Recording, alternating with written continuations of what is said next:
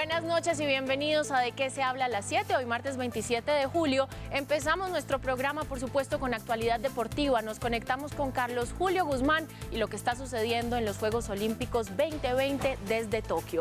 También hablaremos sobre los detalles del atentado contra el presidente Duque, orquestado por el Frente 33 de las disidencias de las FARC. Y terminamos hablando sobre la decisión de España de prohibir temporalmente el ingreso a su país y las implicaciones que esto tiene para los colombianos. Comenzamos.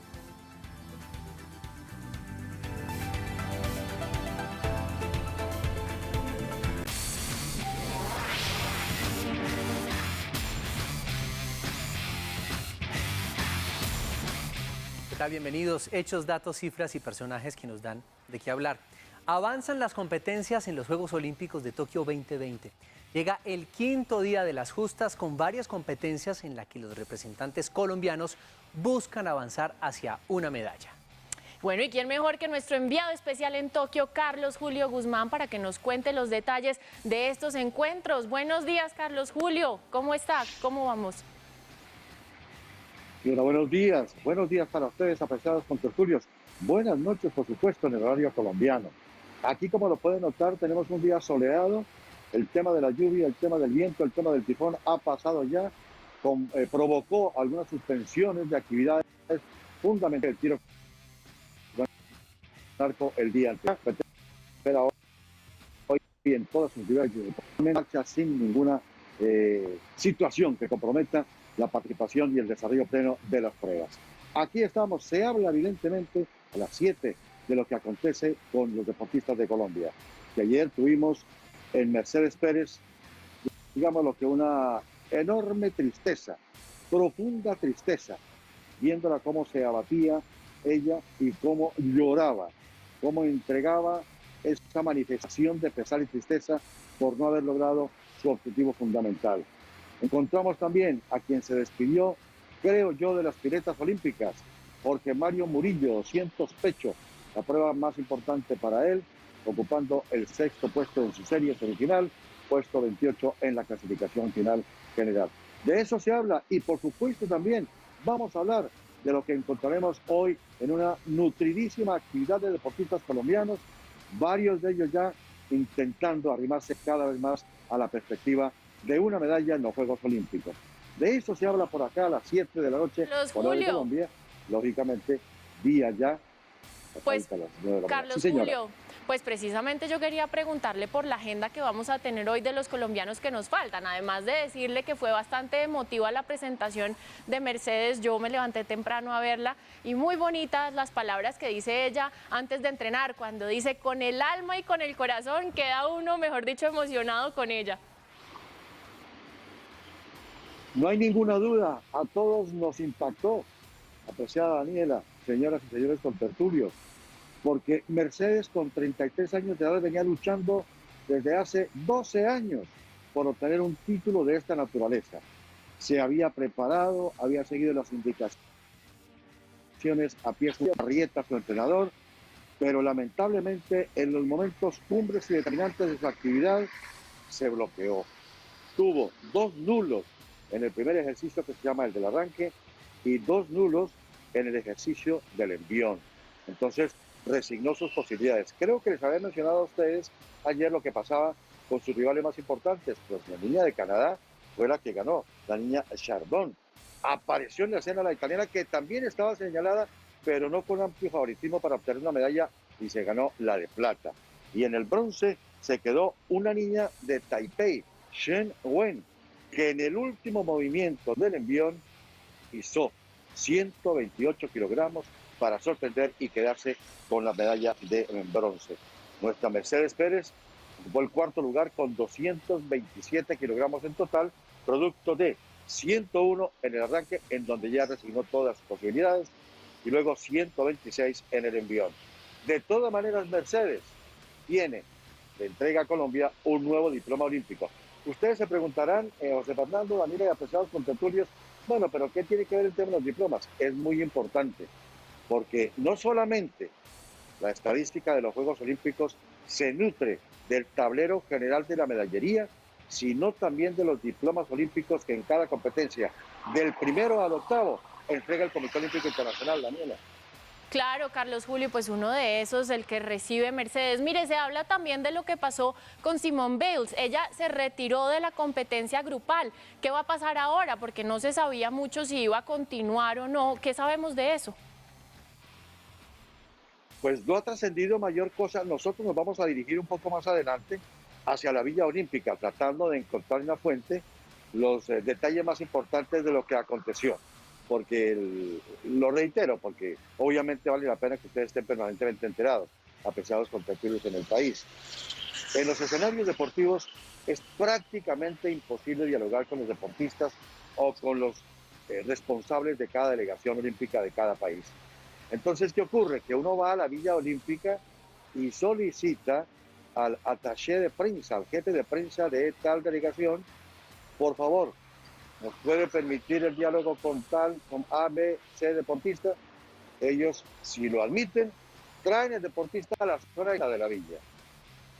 Si no, pues uno queda sin la posibilidad de conocer de primera mano lo que acontece con una superfigura que es la niña Biles, que deslumbró al mundo 5 años atrás ya en Río de Janeiro. Y de paso, ya que usted mencionaba, Danielita y José Fernando, a esta estrella del deporte olímpico en la gimnasia, pues también tenemos que tocar de ladito lo que pasó con Naomi Osaka, la niña tenista que fue eliminada por la número 41 en el mundo. Eso pasa en el deporte, pero seguiremos averiguando, por supuesto, para establecer si hay algún problema de salud que le impida a Simone cumplir con los compromisos que ella tenía para ser nuevamente la reina en una disciplina que usted lo sabe, apreciada Daniela, agota, si hubiera público acá, agota las entradas un año antes de la actividad oficial de competencia.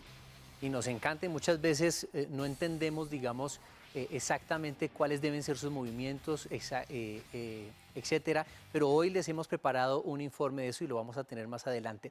Que un evento como los Juegos Olímpicos, por ejemplo, Carlos Julio y Daniela, se corran de fecha es realmente atípico. Ya se han realizado con estas 32 ediciones en la era moderna y solo unos pocos han tenido que correrse. Pues veamos las razones de estos aplazamientos. Los Juegos Olímpicos han sido aplazados o modificados en 6 ocasiones. Las guerras mundiales, la erupción del Vesubio y el coronavirus han sido las razones para los inesperados cambios. Con el aplazamiento para el 2021, es la segunda vez que Tokio tiene que cambiar la cita olímpica. Pues en 1940 debió cancelarlos por la Segunda Guerra Mundial, para luego organizarlos en 1964. 80 años más tarde, en un nuevo compromiso para Tokio en el 2020, los Juegos fueron reprogramados por causa del COVID-19. Carlos Julio, de los deportistas que van a competir en unas horas, colombianos por supuesto, ¿quién quizás puede traernos una nueva medalla o a quién le podemos apostar un poco más? Bueno, hoy la competencia nos instala en 2 escenarios en donde la actividad de los deportistas pueden permitir a Colombia incrementar el sueño de encontrar nuevos ganadores de medallas olímpicas aquí en Tokio. El boxeo. Tenemos 2 representantes. Desde las 11 de la mañana, hora local, encontraremos a nuestra Jenny Arias enfrentando a una rival durísima, José Fernando. Muy complicada la rival que tiene nuestra colombiana Jenny Arias. Es una niña de Filipinas. Se llama ella Leslie Petecchio. Sus antecedentes la señalan como favorita en el combate, pero como lo he venido diciendo horas antes, aquí a través de RTS Noticias y de los programas de qué se habla a las 7 y demás, pues la colombiana tiene a su haber la posibilidad de dominar a su rival con la agresividad, la velocidad y el desplazamiento dentro del cuadrilátero. Son algunas ventajas y la viveza, la malicia que tiene la deportista de Colombia. Categoría pluma para ella, ¿verdad? Si ella gana, tendrá ya su medalla de bronce asegurada. Boxeo. Luego, a 1:14 de la tarde, aquí también estará actuando Seiber Ávila. Ya lo conocemos todos los colombianos por lo que hizo el pasado año en los pasados Juegos Olímpicos en Río de Janeiro. Seiber tampoco la tiene fácil, claro, a medida que se avanza en las rondas de cada disciplina deportiva, pues se ven más difíciles las perspectivas porque los rivales tienen más condición y más calidad. Bueno, pues este caballero, don Seiber Ávila, va a enfrentar a un chico de Zambia en su categoría. Tiene 23 años. Quizá esa situación y su estatura le permitan tener ventaja a José Fernando y Daniela sobre el colombiano Seiber Ávila. ¿Qué tiene el colombiano para superar a su rival? Experiencia. ¿Qué más tiene el colombiano? Potencia en sus golpes. ¿Qué más tiene el colombiano? Estilo y técnica para boxear. Esos elementos quizá le permitan cuartos de final. Él todavía no está en la ruta de la medalla como sí Jenny Arias. Luego el tenis, José Fernando, que a usted le encanta también. El tenis tendremos después de las 11 de la mañana a la pareja colombiana encabezada por Juan Sebastián Cabal y Robert Farah. Estarán ellos enfrentando a una pareja de neozelandeses, el señor Daniel y el señor Venus. Puesto 34 alcanzó esa pareja en el mundo. De ellos dos, de los dos neozelandeses, Daniel tiene experiencia con 5 títulos internacionales y 10 subtítulos. Mientras pues ya que hemos oído el dueto de Juan. Estamos conectados con Tokio, es decir, realmente el tema tecnológico a veces nos juega unas malas pasadas, pero ya volvemos a retomar la comunicación con Carlos Julio. Bueno, y por ahora, mientras que logramos reconectarnos, hoy quiero invitarlos a seguir también el recorrido por los escenarios deportivos de los Juegos Olímpicos, porque su majestuosidad, digamos, hace que sea imposible pasarlos por alto. Y esta vez le toca el turno al complejo acuático, uno de los más de la capital japonesa. Acá están los detalles. El complejo acuático para los Juegos Olímpicos de 2021 en la capital japonesa está ubicado en la bahía de Tokio. Su capacidad es de 15.000 espectadores, aunque se reducirá a 5.000 después de los Juegos para acoger a otras competiciones. Cuenta con un muro modulable para convertir su piscina principal de 50 metros en 2 piscinas separadas de 25 metros cada una. La profundidad de las piscinas también es modificable. Un moderno escenario, considerado uno de los mejores para la gran cita de 2021. Bueno, y en este hermoso complejo acuático, la nadadora australiana Arin Titmus, una de las figuras de estos Juegos en la capital de Japón, seguirá dando una pelea histórica con Katie Ledecky. Veamos un poco de su trayectoria. Arin Titmus es una nadadora australiana, reconocida como la mejor de Oceanía y una de las grandes promesas para Tokio 2020. Actualmente, forma parte de la Liga Internacional de Natación con tan solo 20 años. Es oriunda de Tasmania, Australia, pero su familia se mudó a Queensland para permitirle avanzar en su carrera, como a la fecha lo ha conseguido. En el último mundial, la australiana Titmus superó a la estadounidense Ledecky, gran estrella de la natación del planeta, que había ganado 4 oros en la distancia, entre campeonatos del mundo y Juegos Olímpicos. Una disputa que promete grandes emociones en las piletas de Tokio. Como lo decía usted, José Fernando, la tecnología no está inventada, de manera pues que el movimiento en calle y demás nos estaban perturbando. Hemos movido nuestro escenario, nuestra locación para poder tener contacto nuevamente con ustedes. Rigoberto Urán, estábamos hablando de los deportistas de Colombia que están en la escena. A Mira que le encanta montar en bicicleta también. Le contamos que hoy se cierra el programa después de las 12 del día hora de Colombia. 2 de la tarde va a comenzar aquí la actividad para los deportistas en el Speed Fuji International, el Autódromo Internacional de Fuji, en donde se cumplió la competencia de ruta. Rigoberto partirá, los deportistas han sido establecidos en 4 grupos. Rigoberto estará en el penúltimo grupo partiendo. ¿Cómo los han distribuido? Por sus antecedentes, por sus tiempos y por sus historias. Por eso él no está en el grupo de los consentidos y privilegiados, los últimos 13 deportistas, en donde sí está Remy Cabaña, en donde está Stefan Kuhn, en donde está el señor Filippo Ganna, que es realmente el gran candidato. Pero atención, Anita y José Fernando, nosotros tuvimos unas declaraciones de Carlos Mario Jaramillo, el técnico de la delegación de Colombia, haciendo un análisis del recorrido. Dice primero que es muy técnico, que no es un terreno plano, pero la misma zona por donde transcurrió el circuito de ruta. En consecuencia, hay que saber mover unas buenas relaciones sin ir a pasarse de esfuerzo en el comienzo, sin ir a soportar una menor carga en la mitad y sin no tener buena multiplicación y frecuencia en el final de la competencia. ¿Quiere esto decir que de pronto por ahí Filippo Ganna, aun cuando él viene un poco descansado, entre comillas, podría tener dificultades para ganar el oro olímpico? Pero por supuesto, hay que tenerlo presente a él. Rigoberto aspira a terminar en una muy buena posición, que para él, ¿cuál sería? Pellizcar quizá el octavo lugar, el séptimo, para conseguir su diploma olímpico. ¿Es difícil? Sí. ¿Hay mejores corredores que él en la modalidad? También. Pero sabemos del temple y la determinación de Rigoberto Urán. Carlos Julio, a mí me gustaría que nos ayudara a trasladarnos hacia Japón, en Tokio, en este momento. ¿Cómo ha sido su trabajo periodístico, el trabajo de sus colegas? ¿Cómo está siendo en medio de esta situación de pandemia?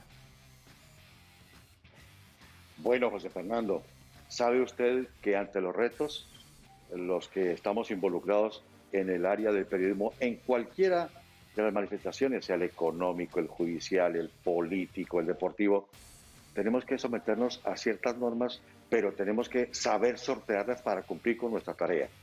Aquí, evidentemente, el esquema de burbuja funciona de una manera muy severa. No tenemos contacto sino en las zonas mixtas, y eso cuando los deportistas quieren ir para atendernos con grabadora en mano que colocan en una bandeja.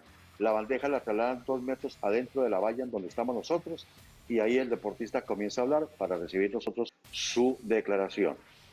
¿Cómo hacemos para obtener videos de los deportistas? Como lo mencionaba hace un instante, vamos a la Villa Olímpica, solicitamos al ataché de prensa, por favor, necesitamos a Luis Javier Mosquera.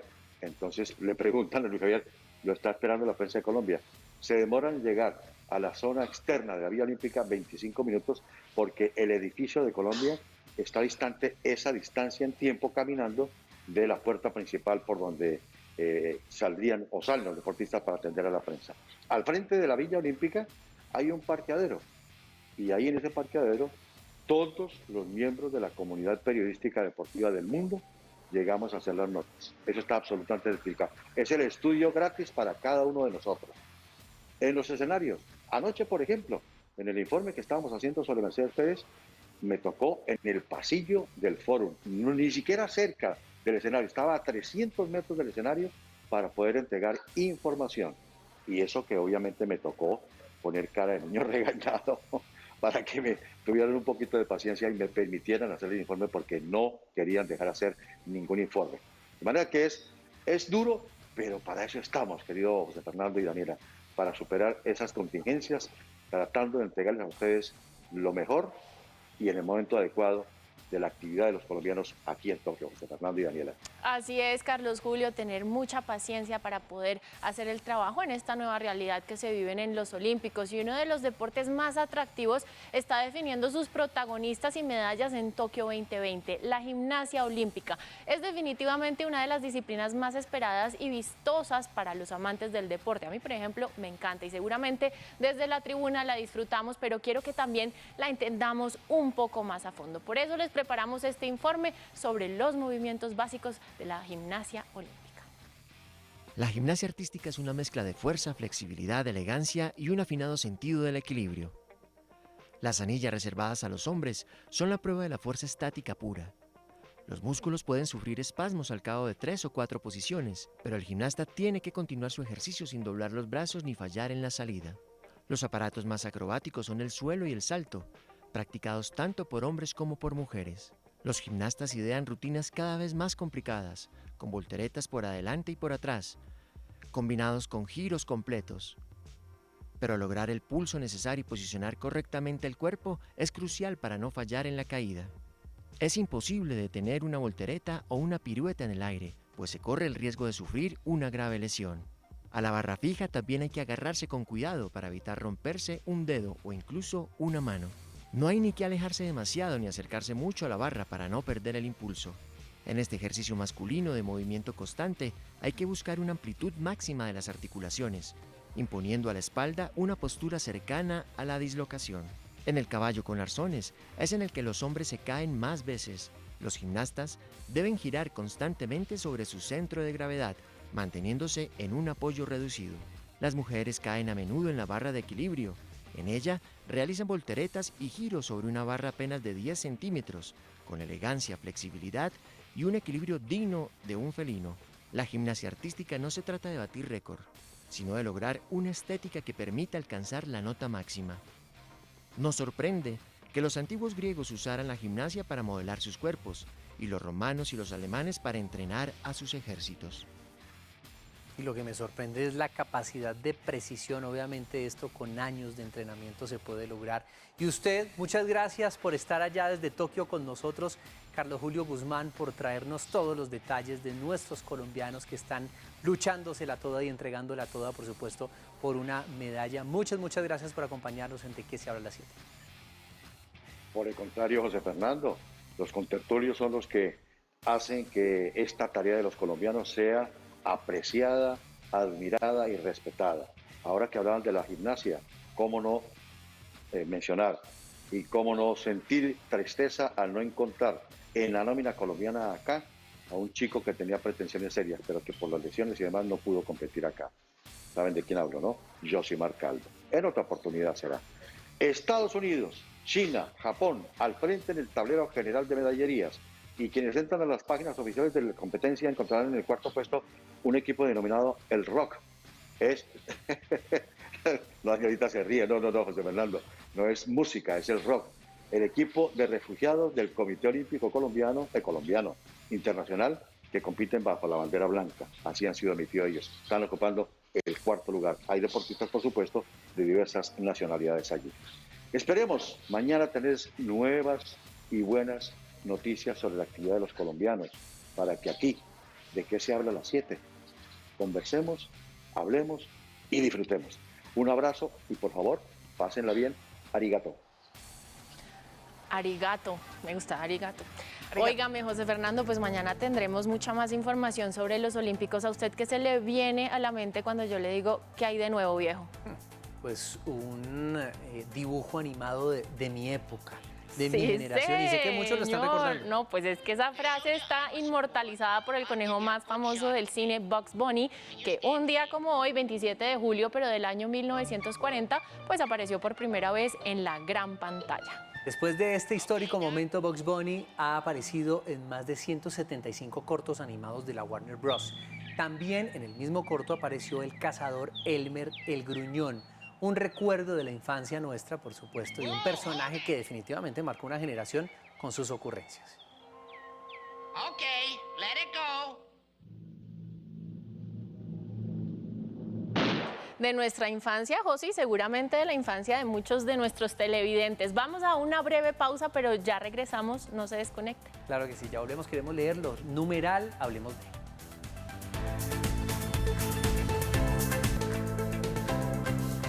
Bueno, y regresamos a De Qué se habla a las 7, hablando de actualidad en Colombia. Durante las últimas horas, el fiscal general Francisco Barbosa, el ministro de Defensa Diego Molano Aponte y el general Jorge Luis Vargas, director de la Policía Nacional, entregaron detalles sobre la investigación que se adelanta por los hechos que se registraron en norte de Santander y que hasta el momento deja a 10 personas capturadas.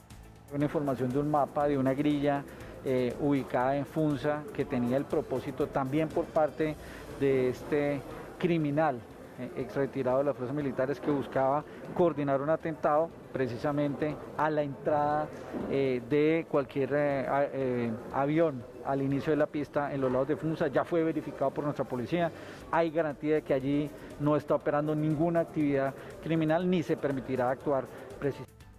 Los hechos se refieren también a la activación de un carro bomba en la Brigada 30 del Ejército el 15 de junio, que dejó 36 personas heridas, el ataque también del helicóptero en el que se desplazaba el presidente Iván Duque y su comitiva el pasado 25 de junio siguiente. Según informó el fiscal Barbosa, la evidencia recolectada por más de 20 investigadores y expertos en diferentes especialidades reveló que los hechos terroristas fueron planeados y ejecutados por el Frente 33 de las disidencias de las FARC, lideradas por alias John Mechas. Además, describió cómo se perpetuó el ataque a la base militar en Cúcuta. Quien manifestó que la negociación que había hecho una negociación de la misma entre el 29 de mayo y el 4 de junio por un valor de 120 millones de pesos en 2 pagos. El primero el 2 de junio por 20 millones de pesos y el segundo pago el día 4 de junio por 100 millones de pesos, ambos enviados a través de domiciliarios. Posteriormente, este sujeto sale de la sede militar 5 minutos después y a las 15:01 se produce la primera explosión después de que mueven el vehículo que estaba parqueado frente al dispensario y lo ubica en una zona en donde se encontraban o se encuentran las instalaciones de la estructura de apoyo EDA de la Fiscalía General de la Nación. A las 15:04 se produce una segunda explosión. El general Vargas señaló que de acuerdo con información de inteligencia, John Mechas podría estar ubicado en Venezuela, exactamente en Casigua, El Cubo, en el estado de Zulia. La circular azul por la cual Colombia le está pidiendo a todos los países del mundo la ubicación de este delincuente es por agresión o malos tratos, lesiones con resultado de muerte, homicidio o asesinato, amenazas, organización o asociación con grupo delictivo, miembro de grupo terrorista, actos terroristas, delito relacionado con el terrorismo, utilización de artefacto explosivo. Es un atentado con una bomba. Quiero recordarle a todas las personas de la recompensa de hasta 600 millones de pesos por información que conduzca a la ubicación y captura de John Mechas. Quiero reiterar de nuevo que la oficina de Interpol le ha pedido a todas las policías en el mundo la ubicación de este peligroso delincuente. Y vamos con la Fiscalía General de Colombia a solicitar la circular roja, no solamente para la ubicación, sino la captura internacional de estos terroristas. Para que hablemos del ataque al presidente y de todos los detalles de esta investigación, se conecta con nosotros Jairo Libreros, experto en seguridad y defensa de la Universidad Externado. Gracias por acompañarnos nuevamente en De qué se habla a las 7, Jairo. Daniela, muy buenas tardes. Bueno, Jairo, cuéntenos cómo es que opera esta disidencia de las FARC en el norte del Santander, ya teniendo en cuenta pues, que se sabe esta información y estos hechos. Hay dos elementos que son muy importantes a tener en cuenta. El primero de ellos, esta organización tiene la capacidad de operar con mucha libertad en el margen de la frontera entre Colombia y Venezuela, en el departamento de Norte de Santander, porque tiene una base de apoyo en territorio venezolano. Si no existiera esa base de apoyo que le permite tomar decisiones de comando y control, tener la capacidad de movilizarse tranquilamente hasta encontrar un sector que le permite ingresar para hacer sus actividades de narcotráfico, de crimen organizado y de terrorismo, pero particularmente tiene una alianza muy fuerte con dos organizaciones. La primera de ellas es el ELN. El ELN es el dueño de la frontera. Ninguna organización sin la autorización y el visto bueno del ELN tiene la capacidad de salir de un lado al otro con total tranquilidad. Y en segundo lugar, están vinculados dos carteles del narcotráfico de México, o mejor, de bandera mexicana. Uno de ellos, el cartel de Sinaloa. Sí, Jairo, ¿qué responsabilidad entonces con lo que usted nos está contando le podría caber a las autoridades venezolanas por la presencia de estos grupos en su territorio y que vienen a operar y hacer de todo aquí en Colombia? Hola José, le cabe toda la responsabilidad a la dictadura de Miraflores. Si tú miras la resolución que se expide semanas posteriores al atentado terrorista del 11 de septiembre del año 2001 por parte de Naciones Unidas sobre los países patrocinadores del terrorismo, o miramos la legislación de seguridad nacional establecida por el Departamento de Estado de Estados Unidos, encontrarás que se pueden establecer diferentes mecanismos de presión, sanción y muy seguramente hasta invocar acciones que fracasarían, pero se puede habilitar una discusión muy fuerte en el seno del Consejo de Seguridad de Naciones Unidas. Está claro para la comunidad internacional, pero también para los países demócratas en América Latina, que la dictadura de Miraflores está involucrada directamente en el patrocinio, financiación y algo mucho más delicado, en las garantías de impunidad a organizaciones vinculadas con actos terroristas, y hablo de 4 diferentes organizaciones. La primera de ellas, Hezbollah; en segundo lugar, ELN; en tercer lugar, las disidencias de la FARC a cargo de Iván Márquez; y en cuarto lugar, este Frente 33 de las disidencias de las FARC, pero cuyo líder principal es Gentil Duarte. Sí, Jairo, mire, pues uno de los temas que ha generado mucho debate y muchas dudas es la seguridad del presidente, porque es que primero atacan el batallón donde explotó este carro bomba, luego le hacen el atentado y nosotros lo vimos en los videos, es que entraron el carro, como dicen coloquialmente y me perdonan, como Pedro por su casa. Entonces, ¿cómo podemos evaluar los sistemas de seguridad del gobierno? Yo creo que la frase es precisa, como Pedro por su casa, pero para poder hacer eso se requiere apoyo interno. Tú no puedes entrar tranquilamente a una casa diferente si no tienes el visto bueno de quienes residen o quienes por lo menos son los titulares de esa casa. Y ahí está el problema. No solamente falló el esquema de seguridad, también falló el modelo de protección del presidente. Pero esas dos cosas se dan simple y llanamente cuando existen actos de complicidad de sectores vinculados directamente con la fuerza pública colombiana. Hablo de manera especial de intercambio de información, confirmación de datos y muy seguramente el facilitamiento cómplice para que ciertas unidades o por lo menos individuos que están involucrados en el acto terrorista reprochable, no solamente para Colombia, para todos que creemos en la democracia en América Latina y en el mundo, se requiere ese nivel de complicidad. Alguien adentro de la fuerza pública entregó datos sensibles de los movimientos, de la agenda y del esquema de seguridad y protección del presidente Duque. Pues ya el presidente Duque también ha pedido a la comunidad internacional, específicamente a Estados Unidos, que declare a Venezuela como promotor del terrorismo. Eso no sé qué implicaciones pueda tener y si realmente ayuda en algo simplemente esta declaración. Jairo Libreros, profesor de seguridad y de defensa, muchas gracias por acompañarnos en De Qué se habla a las 7. José Daniela, un abrazo, feliz día. Del sueño a la realidad continental, un día como hoy, 27 de julio, pero de 2016, el Atlético Nacional gana su segunda Copa Libertadores de América tras vencer a Independiente del Valle 2-1 en el global. La fantasía de regresar a la cúspide se convirtió en realidad para este equipo, un equipo que brilló con su juego, su entrega, su fuerza y que llegó a un punto muy alto en el ciclo más ganador del club. Reinaldo Rueda y sus dirigidos pues consolidaron un proceso que había comenzado desde el 2011, afianzando una base, las participaciones en copas internacionales, alcanzando instancias decisivas y hasta cayendo en la final de la Copa Suramericana 2014. Fueron parte de ese camino que tuvieron que transitar para ser uno de los mejores campeones en los 60 años de la Copa Libertadores. Un gran saludo a toda la hinchada verdolaga en todo el mundo. Y cambiamos de tema porque el 24 y 25 de julio se consiguió fotografiar y grabar la vocalización y algunos videos de 3 nuevas especies de aves, Daniela. Así es, José Fernando. Mire, Atagis galli. Esta especie fue registrada por primera vez en Ecuador en abril de 2018 y es una subespecie endémica, es decir, que habita un lugar determinado, con una población total menor de 600 individuos. Los ornitólogos que lograron verla están esperando reunir más pruebas para publicar un estudio sobre el desarrollo de esta especie en Colombia. Y nos conectamos para hablar de este tema con Eduardo Obando. Él es observador de aves de Ecuador, y José María Loaiza, ornitólogo y líder de la investigación. Gracias por acompañarnos en De Qué se habla a las 7. Bueno, muchas gracias. Hola, ¿cómo están? Buenas tardes. Eduardo, ¿qué significado tiene para el medio ambiente el avistamiento de esta nueva especie? Bueno, buenas tardes con todos. Como lo había mencionado anteriormente usted, José María es quien es el investigador, el líder de este hallazgo. Y pues el encontrar una nueva especie para Colombia tiene un significado muy alto, a pesar de que nosotros somos ecuatorianos.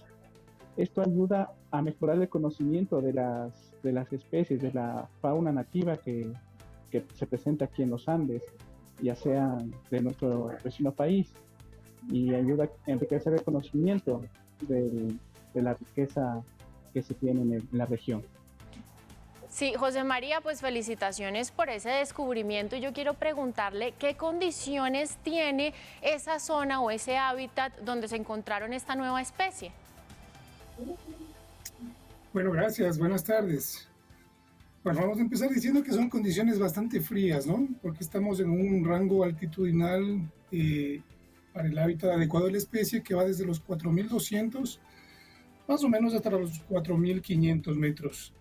Entonces, pues obviamente aquí las condiciones son de fuerte viento, de mucho frío, a veces también de bastante neblina, y pues es un ambiente bastante inhóspito, con poca vegetación. Sí, pues eso sí, preciosas esas imágenes que estamos viendo de esta especie. ¿Nos puede recordar cómo se pronuncia el nombre de esa especie?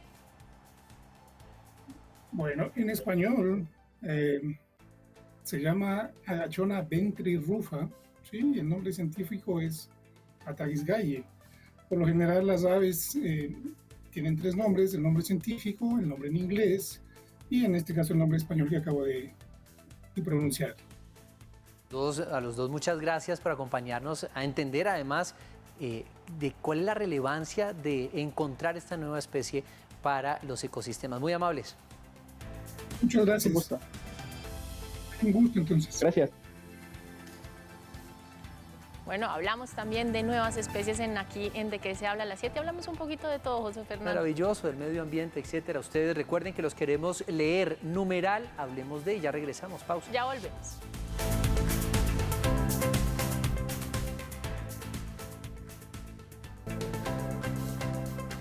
Bueno, y volvemos con un tema del que hablan los colombianos y que ha sido bastante polémico. El Ministerio de Relaciones Exteriores de España anunció un cierre temporal de ingreso de viajeros por turismo y también de estudio a ese país desde este 27 de julio. Una medida pues que se suma a la cuarentena de 10 días previamente decretada en el marco de las acciones tendientes a controlar el aumento de casos de COVID-19. En la medida se destaca que dichos pasajeros procedentes de Colombia, a excepción de los viajeros en tránsito que se dirijan a algún país de la Unión Europea, deberán guardar cuarentena durante los 10 días siguientes a su llegada a España. Además de Colombia, la restricción incluye a los viajeros procedentes de Argentina, Bolivia y también Namibia. Bueno, y precisamente tenemos a Johan Avendaño, analista en políticas públicas, que nos va a hablar de este tema, de esta decisión del gobierno español. Johan, buenas noches y bienvenido a De Qué se habla a las 7. Gracias, Daniela. Buenas noches para ti y a José Fernando igualmente. Bueno, pues lo primero es cuáles fueron las principales razones para que España tomara esta decisión de cerrar temporalmente el ingreso a los viajeros. Bueno, es de mencionar que España quizá había sido el país de la Unión Europea que mayor flexibilidad había generado para el ingreso de visitantes de cualquier parte del mundo, pero el contexto que ellos están teniendo ahora de tener una transición entre una cuarta y quinta oleada llevó a destinar la selección, como ya lo mencionaban ustedes, de 4 países en el mundo que cumplieran con 8 condiciones que en síntesis es un mal manejo de la pandemia. Básicamente que no haya habido una respuesta eficiente de parte del Estado. Por un lado, entonces, ¿qué se tiene? Una alta tasa de positividad, como el caso que tiene Colombia. Por supuesto que las tasas de pruebas diagnósticas también estén en repunte. Por supuesto que haya una baja proporción de la cantidad de personas que tenemos o no la condición de vacunados, y de manera particular las capacidades de respuesta en términos del sistema sanitario. Cuando ellos suman estas y otras 4 condiciones adicionales, por ejemplo, el hecho de tener una verificación de las secuencias para ver cuáles son los tipos de variantes que se están presentando, decidieron que Colombia es un peligro para la nación, para España, y prefieren prohibirnos la entrada, como ustedes lo decían, solamente en caso tal de que haya una necesidad de tránsito o otros condicionamientos que podemos comentar en un par de momentos. ¿Cuáles son esos condicionamientos de los que estamos hablando? Porque entiendo que hay otras excepciones que quedaron estipuladas para ingresar a España. ¿De qué se trata? Bueno, ellos lo que están haciendo es, por un lado, salvaguardar la condición de la nacionalidad española, es decir, personas que vengan de Colombia, que sean españoles o españolas, que lleguen allá, o también familia que pueda documentar que efectivamente o son menores de 21 años, familiares de residentes en España, cónyuges de personas en España, personas que vivan en la Unión Europea, pero esto no solamente es de carácter verbal, es decir, tiene que haber una documentación que garantice la evidencia de esos hechos, es decir, que la persona vaya a estar allí, como bien lo decían ustedes, o guardando una cuarentena de 10 días, o que vaya a transitar hacia cualquiera de los otros países, efectivamente, siempre y cuando tenga la evidencia. Por supuesto, como siempre ocurre, también tenemos el caso de personal que cumple funciones de transporte marítimo, aeronáutico, personal diplomático, consular, o personas que vayan con una necesidad excepcional.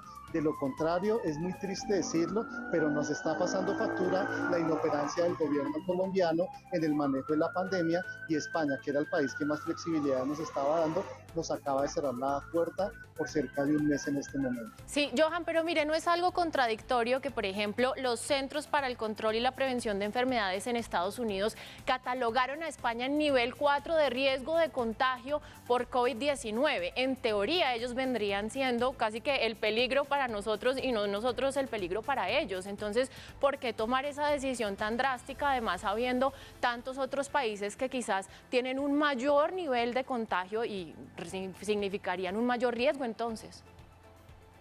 Claro, Daniela, tienes toda la razón. Lo que pasa es que la interpretación es que el nivel máximo que está, digamos, tipificado desde Estados Unidos hacia España, en ese nivel 4, como tú lo mencionas, se debe de manera principal, no tanto al manejo de la pandemia, porque ellos allí están desarrollando, pues, por ejemplo, un testeo permanente, están avanzando de manera muy significativa con respecto a la vacunación. Tiene que ver es con la flexibilidad del ingreso de extranjeros al país, y eso hace que pueda convertirse en un nodo de propagación mundial de cualquiera de las variantes que se tienen por haber flexibilizado sus fronteras. Al parecer, de fondo, esa es la razón por la cual Estados Unidos hizo la clasificación, no tanto por la cantidad de casos de incidencia ni por el manejo de la pandemia, sino por la apertura de las fronteras que hicieron de manera anticipada en comparación a los demás países de la Unión Europea. Johan, ¿qué mensaje hay trasfondo de esta decisión que toma España y cómo debería actuar el gobierno nacional ante esta, si se puede decir, descalificación de la madre patria? Bueno, pues es bastante complejo, porque lo que nos dice es que, por ejemplo, medidas como las que se están anunciando en Bogotá, de volver a abrir, por ejemplo, los estadios, de haber flexibilizado el aforo para la presencia en discotecas, no es el momento. Por más de que hayamos logrado una tendencia un poco más manejable del comportamiento del virus, lo que se desearía en este momento es que tengamos mucha cautela, que tanto los gobiernos locales como el gobierno nacional y todos los ciudadanos hagamos un último esfuerzo de un par de semanas para garantizar que las condiciones ojalá se puedan mantener y podamos salvaguardar la vida en este momento. La crítica de fondo es que no ha habido una política pública seria de Colombia para el manejo. Quiero mencionar un par de puntos muy rápidamente. Pensemos que la gran proporción de vacunas que hemos recibido nosotros han sido donadas. Las vacunas de Moderna que llegaron en estos últimos días, las vacunas de Pfizer que también fueron donadas por el gobierno de Estados Unidos. Es decir, que no ha habido una gestión eficiente del gobierno colombiano para garantizar y salvaguardar la condición de vida de nosotros, los residentes en Colombia.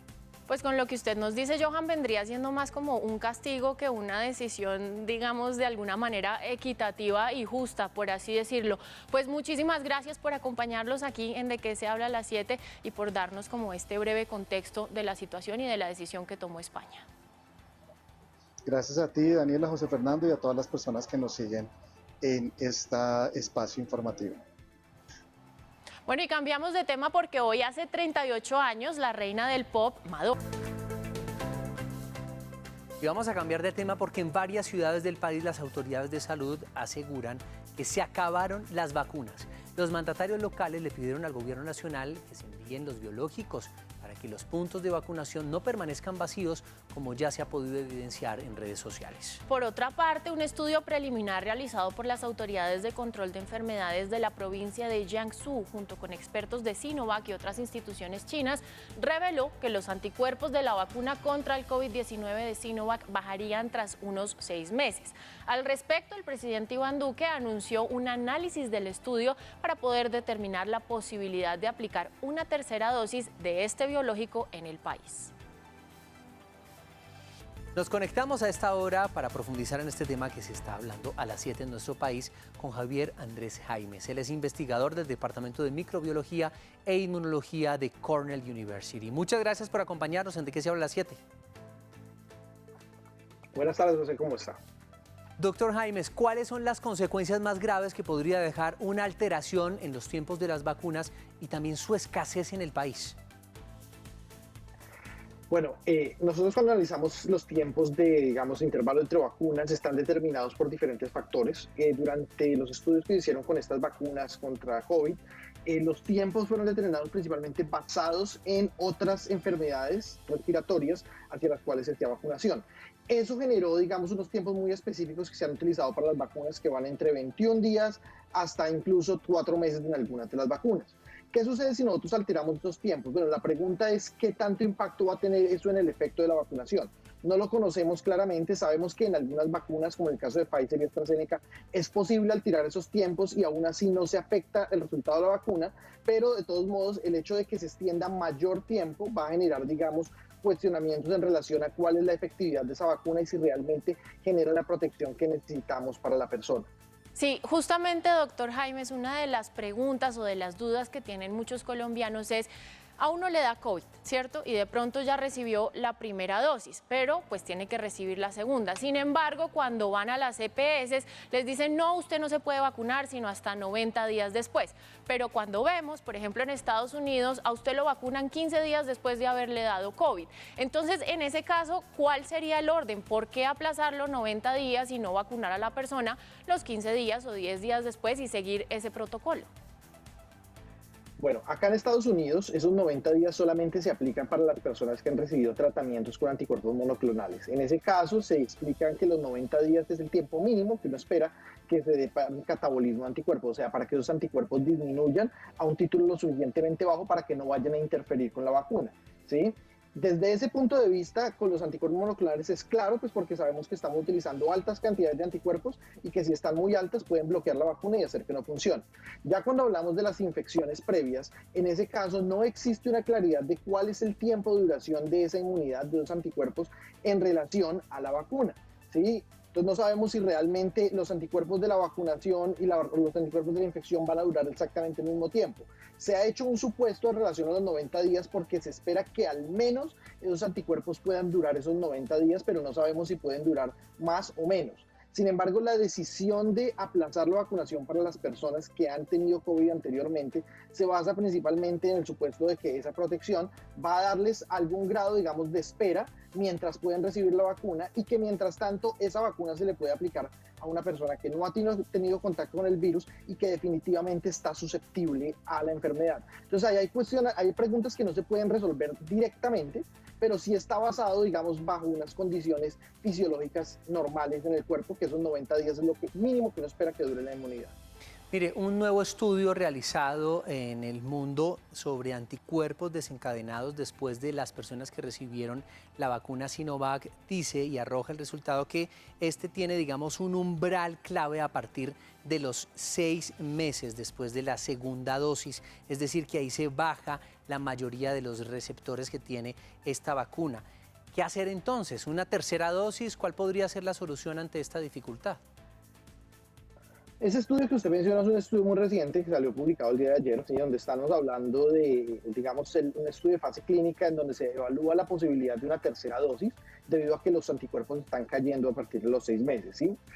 Es importante mencionar acá, nosotros hablamos mucho de los anticuerpos porque es la medida más sencilla que tenemos para evaluar si una vacuna funciona o no. Pero los anticuerpos no son el único indicador de la respuesta inmune en el caso de las enfermedades y principalmente las enfermedades virales. Hay otros componentes de la respuesta inmune que pueden ser más duraderos en el tiempo, pero que son mucho más difíciles de medir. Por lo tanto, la decisión de si se va a aplicar o no una tercera dosis basada solamente en los anticuerpos puede ser una decisión que no es lo más precisa. Se necesita más información, sobre todo contra los otros tipos de respuesta inmunitaria, la parte celular principalmente, que podría jugar un papel más importante y que podría ser más importante. Sin embargo, si nos basamos solamente en la parte de anticuerpos, pues el hecho de que los anticuerpos empiecen a disminuir más o menos a los 6 meses, implicaría la necesidad de hacer un refuerzo adicional, ¿sí? Y de nuevo surgirá la pregunta, ¿cuánto tiempo sería la duración de la protección después del tercer refuerzo? Recordemos que en este momento estamos en una situación en la cual estamos andando sobre la marcha y aunque hemos hecho estudios clínicos en relación a las vacunas, no sabemos realmente cuál es el comportamiento real ya en la población general. Eso es lo que estamos viendo en este momento. Y es ahí cuando pueden generarse ajustes a esos planes de vacunación, como lo puede ser disminuir las dosis, aumentar los intervalos, disminuir los intervalos. Eso es algo que vamos a ver durante este tiempo y va a ser una dinámica constante hasta que alcancemos una estabilidad para saber realmente cuál es el tiempo ideal para la vacunación. Claro que sí, pues lo que nos deja claro este virus es que hasta en los tratamientos y en la vacunación para poder atacarlo es bastante incierto. Muchos estudios, muchas investigaciones que se desarrollan y que además se contradicen también unas entre las otras. Javier Andrés Jaimes, investigador del Departamento de Microbiología e Inmunología de Cornell University, pues muchas gracias por su tiempo y por aclararnos un poco sobre este tema de vacunación. Muchas gracias, esté muy bien.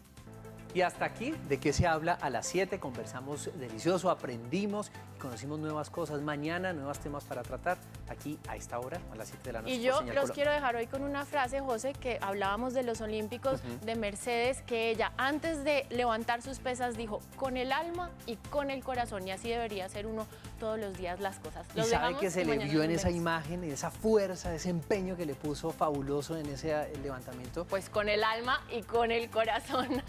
Ustedes que tengan una feliz noche, gracias por acompañarnos. Chao. Descansen, chao.